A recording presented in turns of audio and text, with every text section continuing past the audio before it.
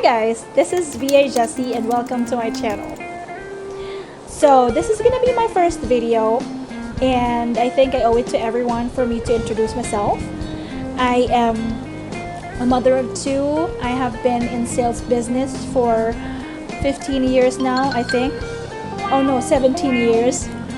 And that's actually why I created this video, because not only that I have been in sales for 17 years, but I've also gained a lot of knowledge and experience as a virtual assistant. You see, VA Jessie, virtual assistant. So anyway, that's why I decided to create this channel, so that I could share my knowledge, experience, and skills to everyone that's looking to start their career from home. May mga iba tayong mga kababayan na they wanted to start working from home but they can't because they don't know how to begin. And so that's why I created this video.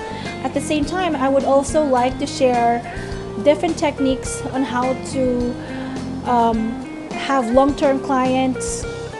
You know, kasi ang karamihan ng fear for anyone that's working from home is gaano ba katagal to? I mean, or will it be consistent?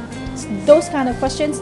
So I have created this channel so that for anyone na newbie or matagal na nag-work from home, hindi kayo matatenga. And at the same time, I would also like to share this is what I really love, different techniques to improve your calling skills. And lastly, I also want to talk about different motivations, mindset, and all those kind of stuff para naman, alam mo yun, ma-uplift tayo from time to time. So if you're the kind of person who wants that topic, or if you're the type of person na gusto mo talagang mag-work from home, sawa ka na sa traffic, and gusto mo makakuha ng mga legit na tips on how to begin, this is gonna be the right channel for you. And I am hoping to have you guys on every video that I would be uploading, because I'm planning to upload every week, every Saturday and Sunday. So if you won't mind, I hope you can subscribe to my channel, click the subscribe button and the notification bell so that you would always be updated on new videos that I'll be creating. First off, let's talk about ano nga ba yung virtual assistant? How does it work? Para sa mga newbie, so what happens is may mga tinatawag tayong platform. Yung platform na yan kung saan nagkikita ang clients at ang applicants, or we call ourselves freelancer. There are a lot of platforms available. You can use Upwork, My Outdesk, OnlineJobs.ph. Sobrang dami. As of now, I am using Upwork.com. Isa sila sa pinakasikat at pinakamatagal na, although there's a lot of fees. That's for another video. Anyway, going back, so may mga platforms yan. Ang isang virtual assistant or freelancer, they could work directly doon sa client. So walang middleman, walang platform, nagkita lang sila, nag-work lang sila together. Which is, if you're a beginner, it's very unlikely for that to happen kasi wala kang connection eh. Number two, it could be through a platform, yung sinasabi ko kanina. Meaning, you are gonna be using a website. Gagawa si client ng account niya, and gagawa siya ng job post saying that he's looking for a specific person to do a specific task. Same way, doon sa freelancer naman, that person's going to create an account and then will create a profile para makita ni client kung ikaw ba or kung itong tao ba ay match dun sa skills na hinahanap niya. Okay? So si client pwede siyang humanap ng freelancer doon, mag-handpick siya ng freelancer, or si freelancer naman ay pwedeng humanap ng client na a-applyan niya doon sa platform na yun. So, that's how it happens. Ngayon, pag nag-start na kayo mag-work, then magkakaroon kayo ng kasunduan and everything. If it's going to be a work directly between the client and the freelancer, then the client will just have to pay the freelancer directly on his or her bank account. If it's going to be through a platform, client will pay the freelancer through the platform, and then the platform will then pay the freelancer through sending it to the bank account, or si freelancer yung mag-withdraw on that platform. That's how they meet. You can either charge the client hourly or you can charge the client as a fixed rate. So pag sinabi mong fixed rate, anytime na pwede ka mag-work ka as long as makuha mo yung pinapagawa niya. For example, sinabi ko sa iyo, tapusin mo tong 1,000 leads in 1 week. So babayaran kita after week pag natapos mo yung 1,000 leads. Bahala ka kung kailan mo gustong magtrabaho. Pag sinabi mo namang hourly, kailangan sundin mo yung schedule na meron ka. So, hourly, kailangan maubos mo yung specific number of hours. Pag sinabi ni client na 8 hours ka mag-work Monday to Friday, 8 hours ka mag-work Monday to Friday. May mga schedule yan most likely. So, pag sinabi ni client na ang schedule mo is 8 to 5, you have to abide with the schedule. So, by the end of this video, you will learn 4 things. Number 1, ano ba yung mga equipment na kailangan mo to begin working from home? Number 2, ano bang kailangan mong personality para mag-last ka as a freelancer working from home? Number 3, ano ba yung ways para makakuha ka ng clients? Paano bang nangyayari? How does it work? And paano ako babayaran? Number 4 is ano bang mga skills dapat na meron ako at ano bang mga trabaho ang pwede kong applyan if I am going to start working from home. So, yun na nga. Number 1, ano bang mga equipment ang kailangan mo to start working from home? Of course, you have to have a reliable internet connection. Kailangan mabilis siya. Hindi ka gagalaw. Internet ang magiging susi ng tagumpay mo. So, if you don't have internet connection, you won't be able to start your career. So, you have to find a provider that can give you a reliable speed. Gonna probably create a different video giving you reviews of different internet companies. But right now, what I'm using is PLDT fiber. It never failed me. Of course, you have to have computer. So any kind of computer will do as long as mabilis siya. Number 3, since my video is all about cold calling or basically phone skills, ako virtual assistant ako pero caller ako. If you're in that line of business, might as well get a USB headset. Bakit USB headset? Because wala siyang feedback basically. So kasi kapag ginamit mo yung typical na jack, magkakaroon kayo ng static doon.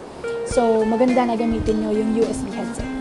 Now that you know what kind of equipment ang kailangan mo to begin working from home, the next step is to know ano bang personality dapat na meron ka para maging effective kang freelancer or virtual assistant. Number 1, dapat motivated ka. Kasi pag nag-work from home ka, you will be working near your kitchen, near your bed, and you have to have that strong motivation to still be focused despite all of those distractions. Dapat motivated ka kasi I'm hearing a lot of people saying na, oh, you work from home, petiks yung trabaho mo, oh, you work from home, ang sarap ng buhay mo. No, it's not. It's still the same job na kailangan mong magbanat ng buto, na kailangan mong ibigay ang 100% mo. Ang work from home or ang pagiging virtual assistant, freelancer ay hindi para sa tamad. Kailangan nga mas doble yung sipag mo dito kasi ikaw lang mag-isa, walang magmo-motivate sa'yo, walang supervisor na sisita sa'yo, walang technical support na ayos ng computer mo, everything, ikaw lang. So, you have to be very motivated. Number 2, you have to have the right work ethics. Again, kailangan kahit anong distraction meron ka, tuloy pa rin sa work. Kasi napakadaling maging distracted talaga, napakadaling magpanggap na focus ka.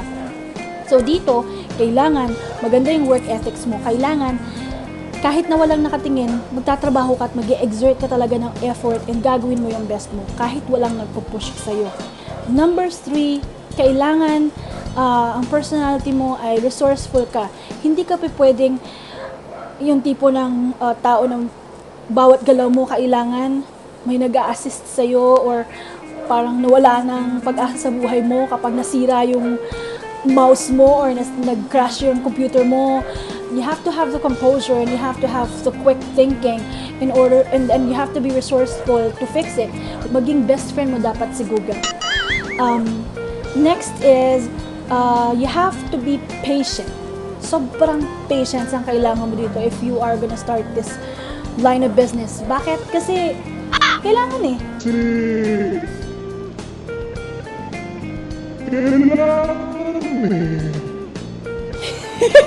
Kailangan mo ng patience kasi nga hindi naman to madali. I mean, may mga nag-start ng mag-apply online tapos hindi sila makakapasa. After a 1 week, ayaw na sila.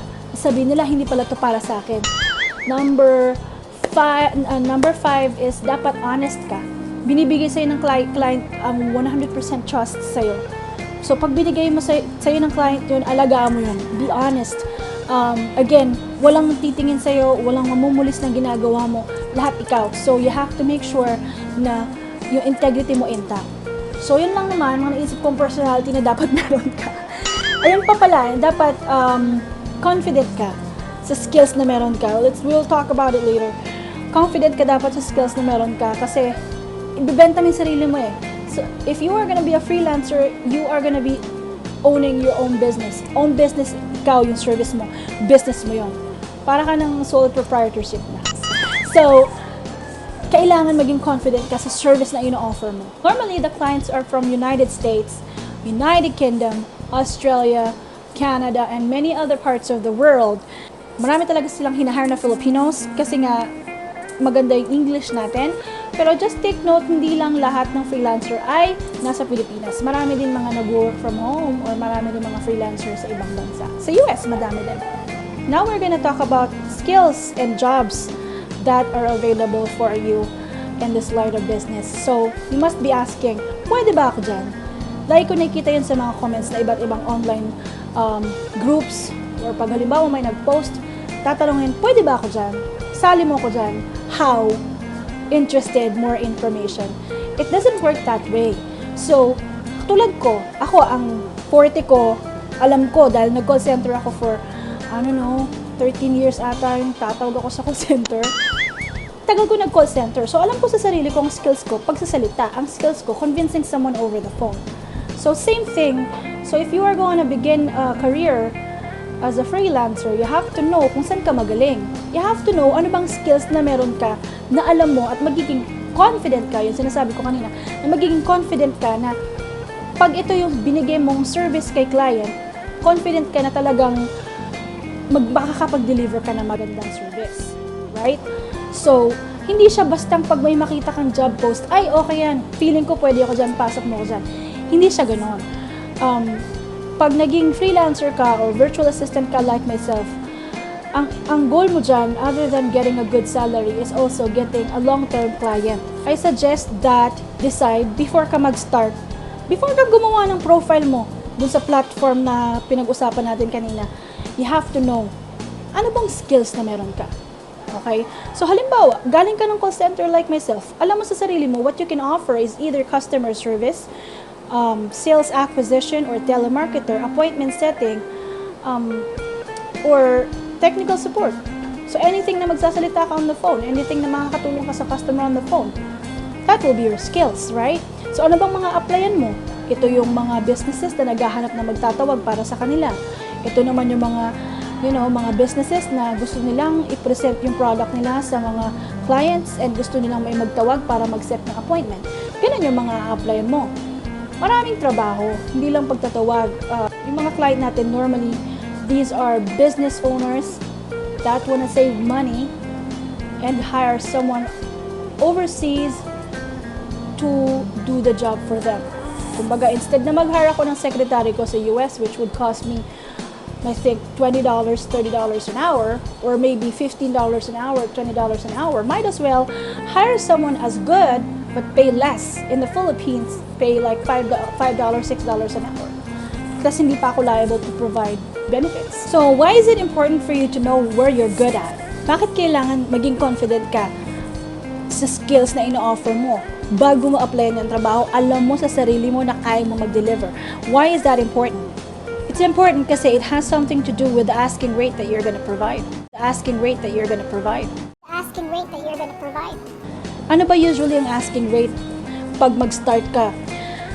Ang asking rate, to be honest, sa mga, I'm talking about yung mga nagtatawag, yung mga callers like myself. If you're gonna be an appointment setter or virtual assistant making calls for someone, normally, ang starting rate dyan ay anywhere between $3 to $6. Depende rin yan kung paano mo ibibenta yung sarili mo. If you have a good accent, if you have good experience, the way you carry yourself, like I said, yung confidence mo sa skills mo, yun ang magdidictate kung anong asking rate ang pwede mo, kung gaano ka magmamaganda sa clients mo.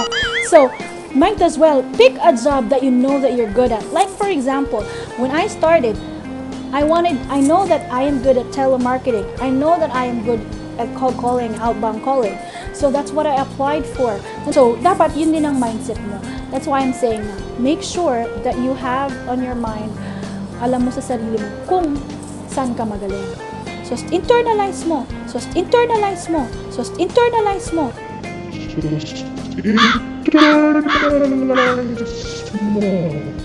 Kung saan ka magaling muna bago ka gumawa ng account. Now, after that, then, yun na, gagawa ka na ng profile mo.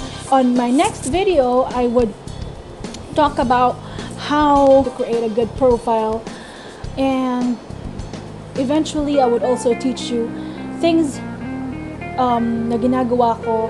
How are you gonna be setting appointments for realtors?